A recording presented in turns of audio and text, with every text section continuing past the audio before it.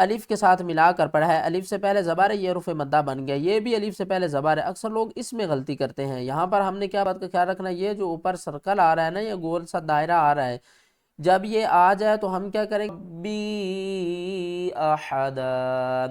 یہاں پر دیکھیں تو ہم نے احدن کو احدا پڑھا ہے، کیوں پڑھ پر بھی گناہ کار جاتے ہیں، کیا پڑھتے ہیں، وَهُمْ لَكُمْ، نو میم کے اوپر ساکن کے 3 قاعدے ہیں، ان کو سمجھے۔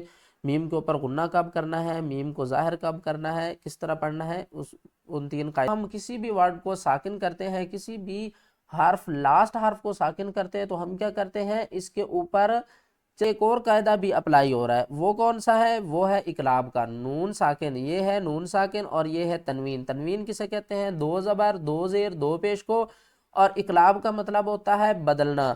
کس چیز کو بدلنا ہے؟ السلام علیکم ورحمۃ اللہ وبرکاتہ۔ قرآن پاک کے مشکل ترین الفاظوں کو سمجھ کر پڑھنے کی یہ سیریز شروع ہے۔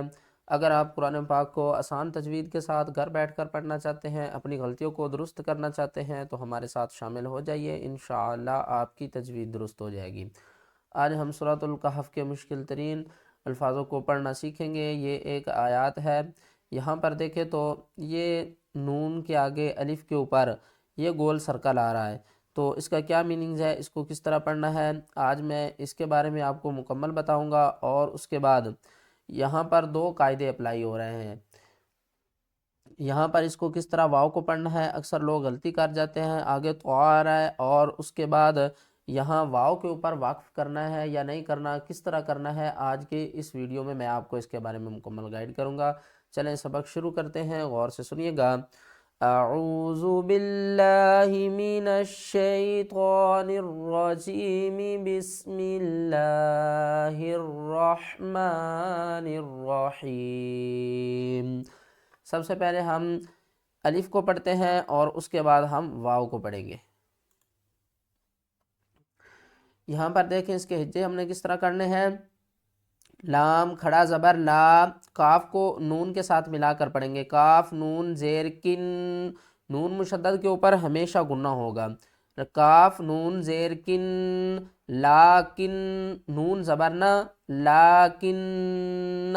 اکثر لوگ کنفیوز ہو جاتے ہیں کہ نون الف زبر نہ، الف سے پہلے زبر ہو تو حروف مدہ ہی بنتا ہے، اس کو کھینچ کر پڑھا جاتا ہے، لیکن آپ نے ایک بات کا خیال رکھنا، یہ جو اوپر سرکل آ رہا ہے نا، یہ گول سا دائرہ آ رہا ہے، جب یہ آ جائے تو ہم کیا کریں گے، الف کو نہیں پڑھیں گے، پھر ہم کس طرح پڑھیں گے، نون زبر نہ، نون الف زبر نہ، لاکن نہ، اس کو نہیں پڑھیں گے، اس کو پڑھیں گے لاکن نہ۔ اکثر لوگ اس کو کیا پڑھتے ہیں، لاکن نہ، یہ غلط پڑھتے ہیں، اس کو پڑھنا ہے لاکن نہ۔ اس مکمل آیات کو ہم پڑھتے ہیں، لیکن هو اللہ ربی ولا اشرک بربی احدا۔ یہاں پر دیکھیں تو ہم نے احدن کو احدا پڑھا ہے، کیوں پڑھا ہے، کیونکہ جب بھی ہم لاسٹ حرف کو ساکن کریں گے تو اس کے اوپر دیکھیں گے، اگر تنوین ہے تو ہم کیا کریں گے، 2 زبر کی صورت میں ایک زبر کو ڈراپ کر دیں گے، دوسری زبر کو الف کے ساتھ ملا کر پڑھیں گے۔ اب یہ دیکھیں یہاں پر ہم نے الف کے ساتھ ملا کر پڑھا ہے، الف سے پہلے زبر ہے، یہ حروف مدہ بن گیا، یہ بھی الف سے پہلے زبر ہے، اکثر لوگ اس میں غلطی کرتے ہیں۔ یہاں پر ہم نے کیا پڑھا، احدا، وقف کی صورت میں احدا، اور یہ حروف مدہ بن گیا۔ یہاں پر لیکن نہ نہیں پڑھیں گے کیونکہ یہ اوپر گول سرکل آ رہا ہے، تو اس آیات کو پڑھیں گے، لیکن هو اللہ ربی ولا اشرک بربی احدا۔ اب میں دوسرے قاعدے کے بارے میں اب یہاں پر دیکھیں، اب ہم اس کے بارے میں پڑھتے ہیں، وَهُمْ لَكُمْ۔ اکثر لوگ کیا کرتے ہیں، میم کے اوپر بھی گناہ کر جاتے ہیں، کیا پڑھتے ہیں، وَهُمْ لَكُمْ، نو میم کے اوپر غنہ ہم نہیں کریں گے، میم کے اوپر غنہ اس وقت کریں گے جب میم ساکن کے بعد با آ جائے، میم ساکن کے بعد کیا آ جائے، با آ جائے، تو ہم کیا کریں گے، میم کے اوپر غنہ کریں گے، کس طرح، وَهُمْ۔ اب میم ساکن کے بعد لام آ رہا ہے تو اب ہم کیا کریں گے، وَهُمْ لَكُمْ۔ میم ساکن کے قاعدے کو اگر آپ کو نہیں پتا تو اس ویڈیو کو میں لنک ڈسکرپشن میں دے دوں گا، آپ اس ویڈیو کو دیکھیں، میم ساکن کے 3 قاعدے ہیں، ان کو سمجھیں، میم کے اوپر غنہ کب کرنا ہے، میم کو ظاہر کب کرنا ہے، کس طرح پڑھنا ہے، ان 3 قاعدوں کو آپ دیکھیں گے تو آپ کو سمجھ آ جائے گی۔ آگے دیکھیں، اگر ہم یہاں پر واقف کریں گے تو پھر تو ہم اس کو پڑھیں گے عین زبر ع دال واو پیش دو عدو، آگے واو کو ہم نے ساکن بھی کرنا ہے اور اس کے بعد واو کے اوپر سختی بھی کرنی ہے، عدو عدو، کیونکہ جب ہم کسی بھی ورڈ کو ساکن کرتے ہیں، کسی بھی حرف لاسٹ حرف کو ساکن کرتے ہیں تو ہم کیا کرتے ہیں اس کے اوپر جزم لگا دیتے ہیں، یعنی کہ جو زبر زیر پیش ہوتی ہے اس کو ڈراپ کر دیتے ہیں، تو ہم کیا کرتے ہیں اس کو ساکن کر دیتے ہیں۔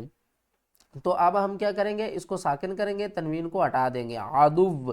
لیکن یہاں پر ایک اور قاعدہ بھی اپلائی ہو رہا ہے، وہ کون سا ہے، وہ ہے اقلاب کا، نون ساکن، یہ ہے نون ساکن اور یہ ہے تنوین۔ تنوین کسے کہتے ہیں، دو زبر دو زیر دو پیش کو، اور اقلاب کا مطلب ہوتا ہے بدلنا۔ کس چیز کو بدلنا ہے، کب بدلنا ہے، وہ میں آپ کو بتاتا ہوں۔ اگر نون ساکن اور تنوین کے بعد حرف با آ جائے تو ہم وہاں پر کریں گے اقلاب، یعنی کہ ہم بدل کر پڑھیں گے۔ کس کو بدل کر پڑھیں گے، نون کی آواز کو میم کی آواز میں بدل کر پڑھیں گے۔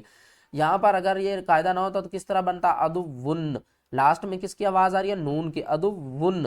لیکن اب ہم نے نون کی آواز کو لاسٹ میں نہیں لے کر آنا، اب ہم نے میم کی آواز کو لاسٹ میں لے کر آنا ہے۔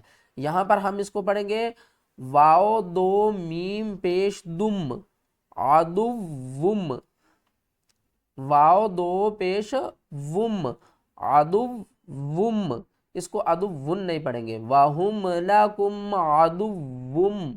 آگے دیکھیں حمزہ جب بھی قرآن پاک میں ساکن ہو، آپ نے اس بات کو اپنے ذہن میں رکھنا ہے، حمزہ قرآن پاک میں جب بھی ساکن ہوگی تو حمزہ کو ہم جھٹکے کے ساتھ پڑھیں گے۔ کس طرح، بِئْسَ بِئْسَ لِلظَّالِمِينَ بَدَلًا وَهُمْ لَكُمْ عَدُوٌّ وَهُمْ لَكُمْ عَدُوٌّ بِئْسَ لِلظَّالِمِينَ بَدَلًا۔ اگر آپ قرآن پاک کو آسان تجوید کے ساتھ گھر بیٹھ کر پڑھنا چاہتے ہیں، اپنی غلطیوں کو درست کرنا چاہتے ہیں، ہمارے ساتھ شامل ہو جائیے، انشاءاللہ آپ کی تجوید درست ہو جائے گی۔